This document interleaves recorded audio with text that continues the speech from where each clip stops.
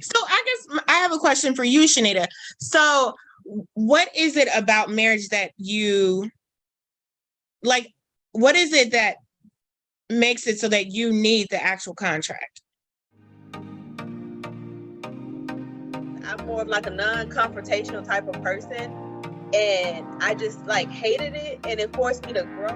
My baby is my greatest blessing, but she's also the biggest change I've ever experienced in my life. Old lady cleaning the bathroom, and we're just like, oh, you got a maid, you know, like you're not my roommate. She was my roommate. I do need for him to, you know, be able to control his emotions and control himself and not just want to pop I off. need to know that you got me. If something goes down, I don't need you pushing me towards the danger. I don't know if it was like a big lizard or a little iguana. It got me. Real? It ate me. We're done because I'm passed out. Like, what is it that makes it so that you need the actual contract? Ooh. What do you feel like the difference is for you? For me, so I've always wanted to be married and have a family ever since I was a little girl, like literally drawing out my vision and everything. So for me, I like consistency. I like to know that you're mine and I'm yours, just like even with my car. I don't like paying on things that will never be mine. So, you know how some people go rent a car and they pay a note on it each month? No, like it'll never be yours. Why am I just giving away free money? Just like with this apartment, I'd rather have a house versus an apartment. So it's not just me wanting to be in a committed relationship. For me, it's all across the board. It's everything in every aspect of my life. I like to plan. I like, so it's just, I like long term. I don't like things that's just temporary. And do you feel like the contract means, I think it's literally like the opposite of how Crystal feels. The contract means that they will stay there with you for at least a certain amount of time. Exactly. Hopefully forever, but just like if we going somewhere, I almost want you to leave a jacket or a coat or something so I know that you're coming back. Wait, what? Like, just say, for instance, if we going somewhere, we all in the group or whatever, you be like, oh, I'm going to the bathroom, but you take all your stuff. I'm like, wait, what's going on? I need you to leave something behind to let me know you just not gone. I don't know. Maybe I don't know. But yeah, I don't know. I don't like anything that's temporary. So I think for your life, but I don't want you to be temporary in my life. Okay, so I think that's my thing too, is that I don't like the whole double standard thing. And it seems like you're okay with it. And I don't know. Like I said, I'm a planner. So by me saying I can be temporary in your life, that means I already planned out from the beginning that this is how long I kind of want to talk to you or whatever. And that it's pretty much saying you're not the person I can see myself with. So even though you may not know that, I know that. So meaning like you have a timeline and you know by this point, if I don't feel a certain way about this person, then they are not a permanent person in my life. Not necessarily that, like, it's like they're a filler. So for me, like if I had a breakup, then I'm looking for somebody to be in between to fill that void. So I'm not ready for another relationship, but I don't want to just be bored at the house either. So I'm looking for someone who is not someone like Crystal, who's not, trying to have no extra strings attached or nothing like that. You're just there. Okay, so I have a question for Tony with what we just got through talking about. So what are your thoughts on people going into a marriage and thinking of like, this is a commitment and it's just going to be perfect? Like, I know we've heard marriages and perfect. So like, what advice would you give someone if something comes up and they didn't expect it? So instead of them like running away or just trying to like this isn't for me, what advice would you give them? I think once you find that person that you are ready to get married to, and now you're in the marriage, just know that that is now you set a new foundation. It's kind of like in basketball, if you're a sport fan, you go through the regular time and you get to the fourth quarter and now it's overtime. You're tied up, and that's kind of like marriage. You're tied up now.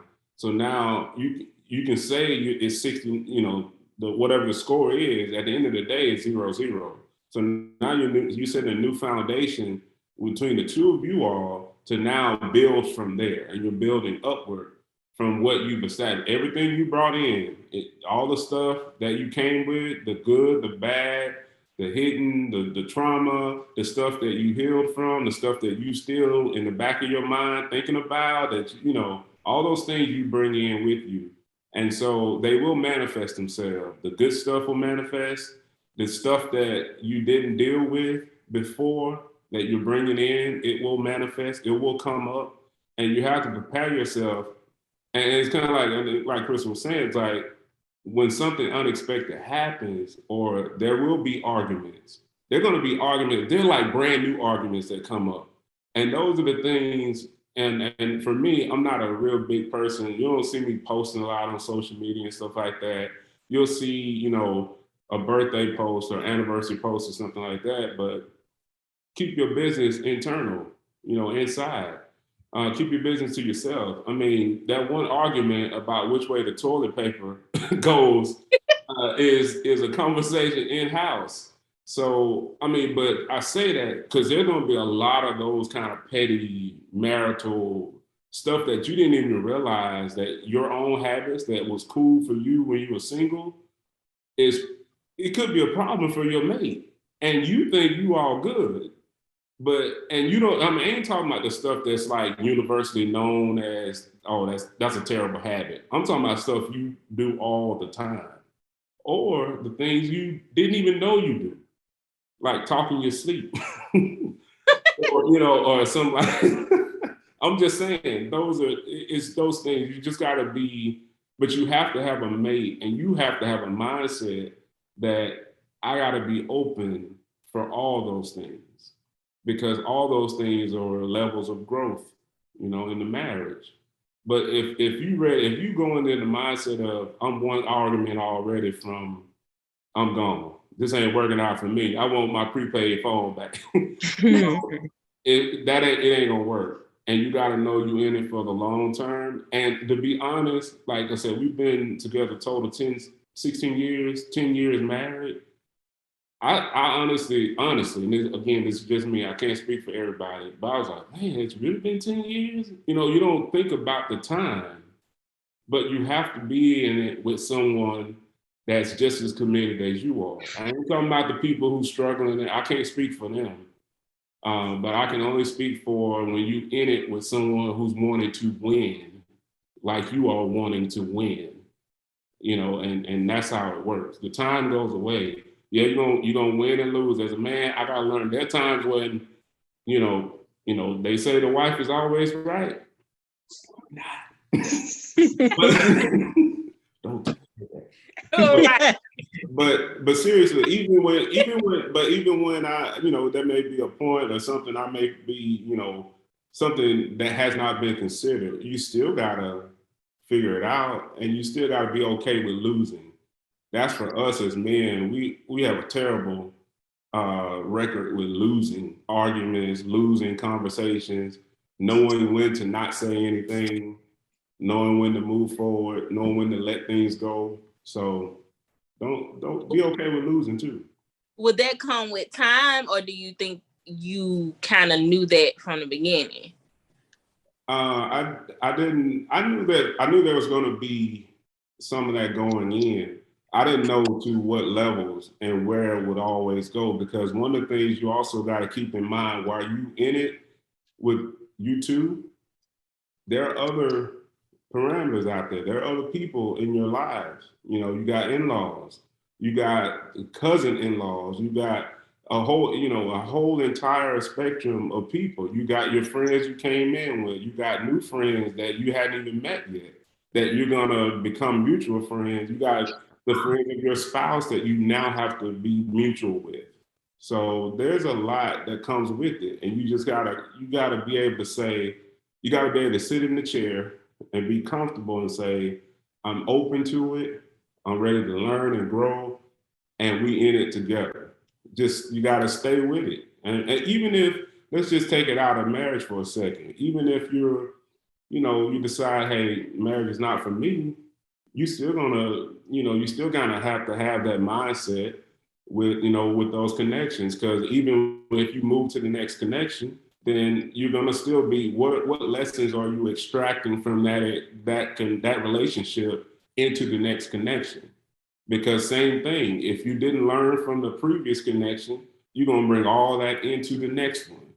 And so now you have generational potential issues that you may not ever find yourself in a position, whether you're married or not, that you really want to feel fulfilled, and have that joy and peace. So I have a question about so what are some things that you have learned when as far as like compromising or having arguments, like what are some techniques that you have gotten or that you can give advice on, like people can do to like come to a point where, okay, we're going to get together? So I don't know if it's like stepping away for 5 minutes, like what are some techniques that you can give people?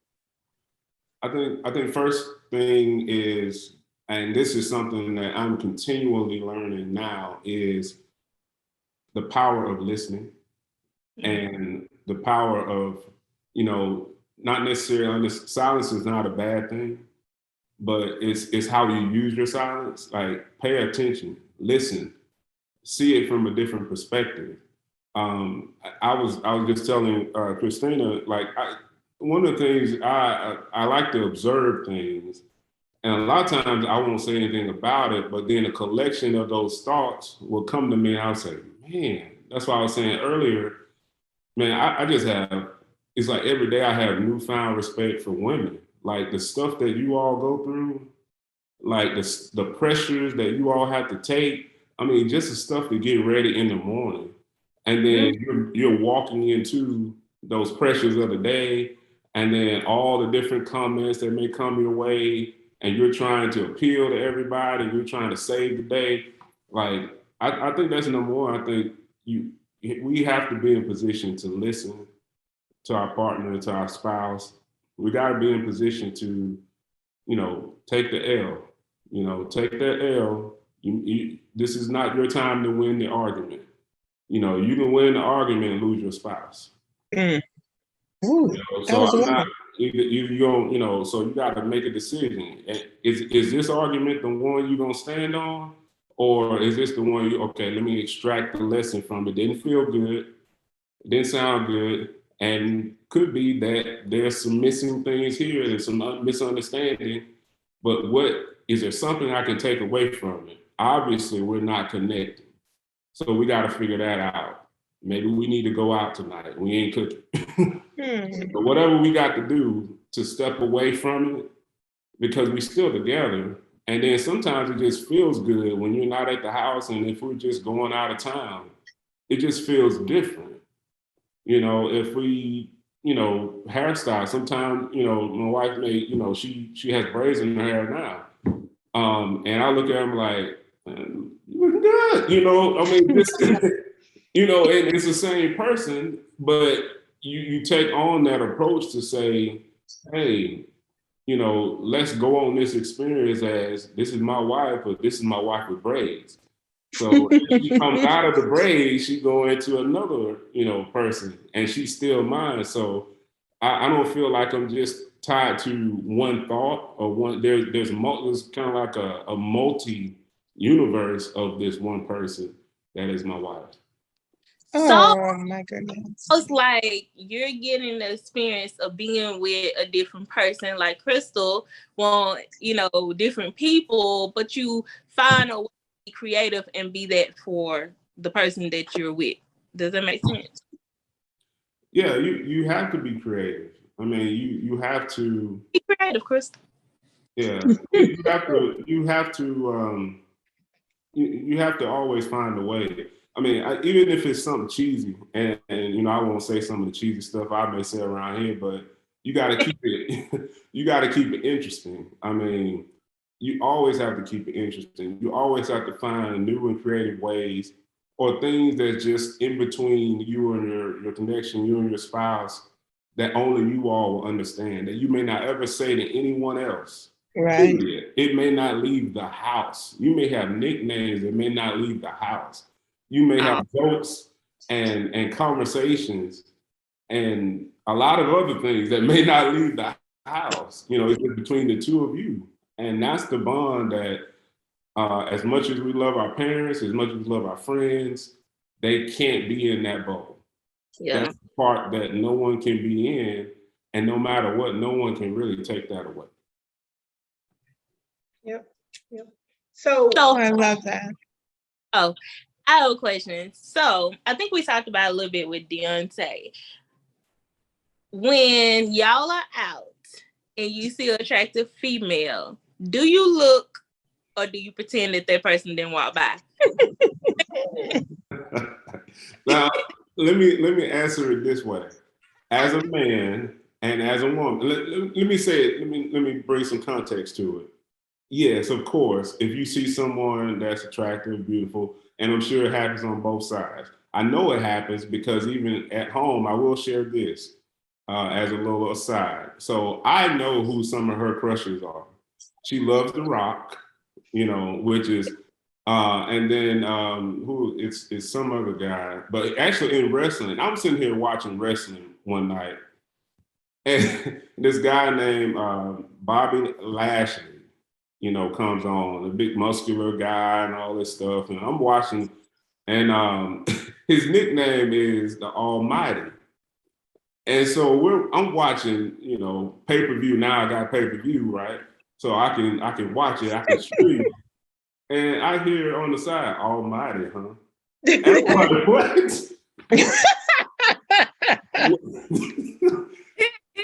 and I was like, what? But that's one of those things where we joke, you know. I said Beyonce, that's Beyonce, you know. And there are other things, but to your point, yeah, you're gonna naturally say, okay, internally, you're not gonna do anything disrespectfully, but to say that, you know, your eyes don't see attractive people is a lie, to be honest. But again, how do you deal with that? Now I can tell. Now I know that my wife will. Now she won't admit this, but I've caught on. So you learn as a man. You better learn as a man, because this is what she'll do. And I'm sure we'll have a conversation after this. But so let's just say because your spouse will also spot out someone who they think that you think may be attractive. And so she'll ask a question, hey, how you like her hair? Don't tell me y'all don't do this. But I was like, what hair? What do you mean? And she points out that particular person that just passed by. And I was like, it's all right, you know, it's nice. That's something you think about getting, you know. You kind of brush it off that way, but you don't. You know, you want to make sure you are being respectful. I know in a million years, I ain't gonna mess up what I got. You know what I'm saying? So, but at the same time, you do understand that even with someone who you're gonna have someone, obviously they're gonna be, you know, guys that are more attractive than me. They're gonna be all those things out there. But you gotta stay confident. You gotta know what you have, you know what you bring to the table, and you know that you're in it. So you can have that moment and then keep it moving. But as long as it's respectful. Now, if I'm over there drooling or, you know, doing all that stuff, or the social media thing, that's a whole nother world for me. Right. Double tapping and DMing and all, that's crazy. You know, so I don't, you know, none of that stuff happens. But yeah, guys, you know, see attractive women, you know, women see attractive men. And whether they're married or not, they're gonna observe them. But it's what you do with that and what decisions you make. You know you can't look. It's just like me looking at the menu and I see that chocolate cake. I see the picture. It look good. I better not get it.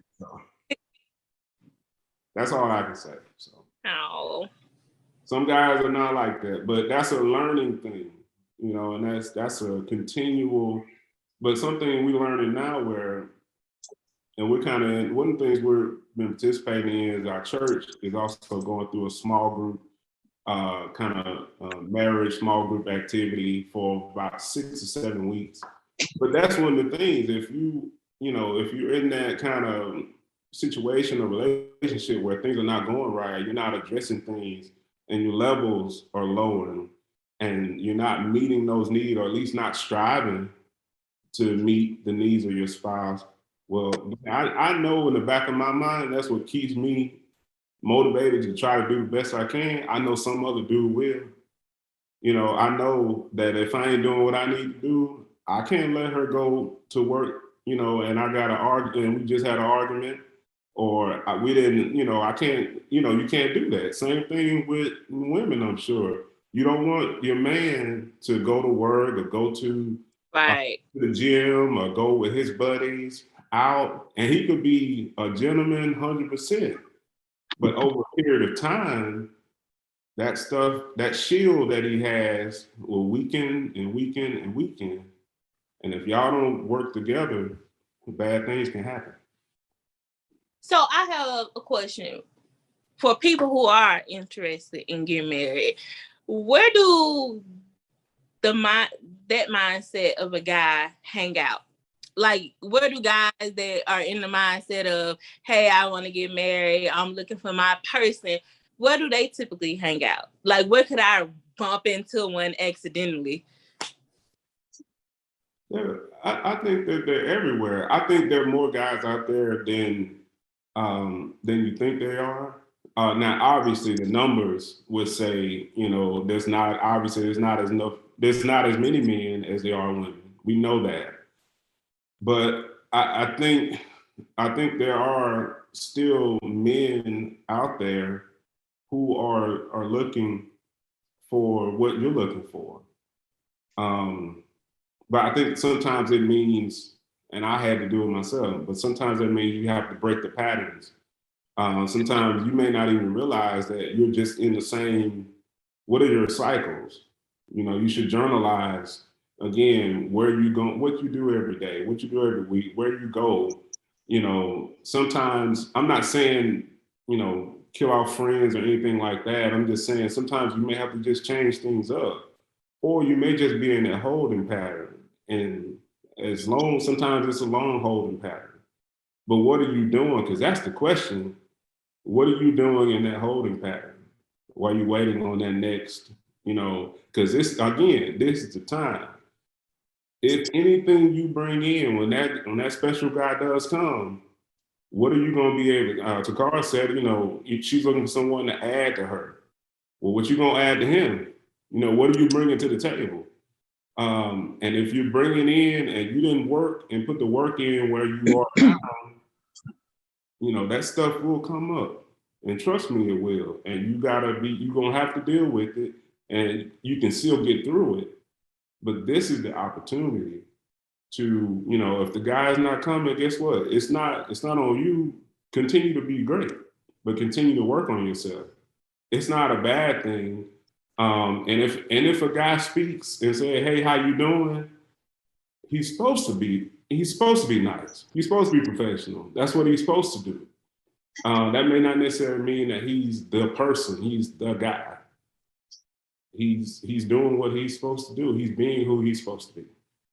So you said when you and Christina first started talking and y'all still doing a long distance, you made the comment, you was like, when you got off work or whatever, that was your first thought, like, I need to go see her. Like you wanted to go. So do you think if a guy don't have that mindset, like when he's getting off work or on weekends or every free day, like if he's not in that mindset of, hey, I want to go spend time with her, is that a sign that that's not the person for you? It could be. It depends on what is he thinking about, though. What is he focused on? Because he was doing nothing. Like if he chose to just be at home and you talking to him and he's saying, "Oh, I'm not doing anything," or "I'm just watching TV," but I'm looking at it as that was an opportunity you could have came and hang out with me and you chose not to. Like you would rather be bored than to come be with the person you with. Well, I think in those situations, a lot of times there's context missing. So there's something driving him, and he may not even discuss it with you. Just like women go through a whole lot of pressures and issues and things throughout the day, men go through wars throughout the day, and a lot of them are silent wars where you don't even, respect is something that a man longs for, respect. And a lot of times, depending on his work situation or depending on, who he's with, or sometimes that time alone where you thinking he's just being bored to himself, maybe that's a moment of peace. Because maybe he's not getting peace anywhere else. So it's not that he don't want to be with you. He's trying to fill his confidence back up. He's trying to fill his levels of peace back up. And if that means I need to just watch a football game by myself, and that will also come up in marriage too. Sometimes you have to give people some space. Sometimes I gotta let, it's not that I'm letting, but I know that she loves shopping, for example. So I can't get in the way of that. I'm not a big shopping person, in terms of, and you ain't gonna see me I'll be with her. And I know she likes for me to be there, but she will shop for 16 hours straight. Oh my God, she sounds like my good friend. So, but for me, I mean, I can do the same thing watching football or something else. So sometimes it's just a moment of peace. Sometimes he may just be in a situation or a cycle himself where he doesn't know what to do. And that's probably something. Should I take him to communicate that with me, or I should just know, okay, well, if he's at home, then maybe this is just his moment. I think if you made yourself clear and you set expectations on what communication looks like for you, and what it should look like within the relationship, and he's not responding to that, then you need to believe him. Believe that. I think a lot of times one of the opportunities that both men and women do is we try to force our way, or we keep trying to hit the same button and expect a different result, or we try to say, it's just that's not what he's there to do, or it's not his moment. He's just wherever he is, and who's in his life. So if he's at home being bored, is he really at home being bored, or is he on the phone texting or social media and he's getting filled in some way? All right. I have a question. I have a question about the respect part. So, because that is a big deal for guys. Do you think that they sometimes feel not respected if they're with a woman and they want to be a provider? If they're with a woman who can provide for themselves and, maybe make more money than them, and, they may get the feeling that she don't need him, but she want him. Do they have this feeling, man, she don't really need me because she can do it? Does it do something to their ego, or like what do you think about that? I think so. I think, again, it's a confidence thing, but it depends on the guy, because there are some guys who just can't handle that, period.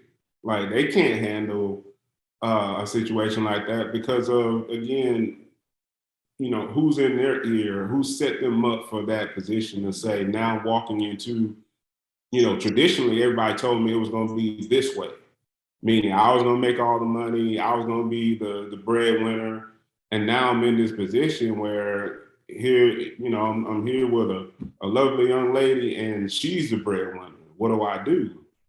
If I hadn't been trained as a young man coming into that, and I don't know what to do and facing it the first time, I may not handle that well. And so that could be part of it. I think some guys, there are some guys that don't mind at all. It depends on what your standards and expectations are, because they may try to take advantage.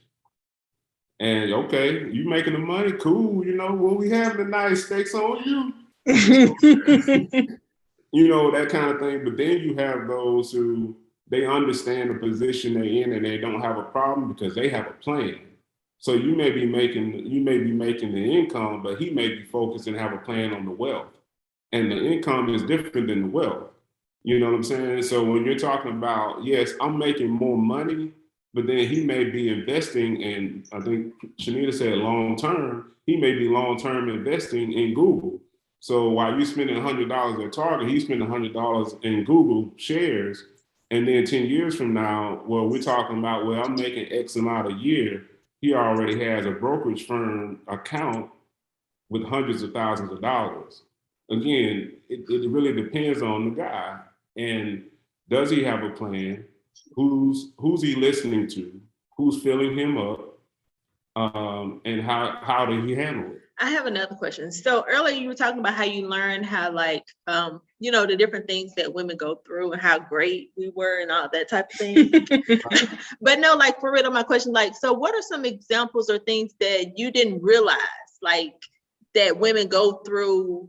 I mean, I think you talked about like how long it took us to get ready, but I think maybe what you're saying is the after part about it, like, you know, why it take that long or why we're doing it, or like the, like just other things about that maybe men may not consider or even know.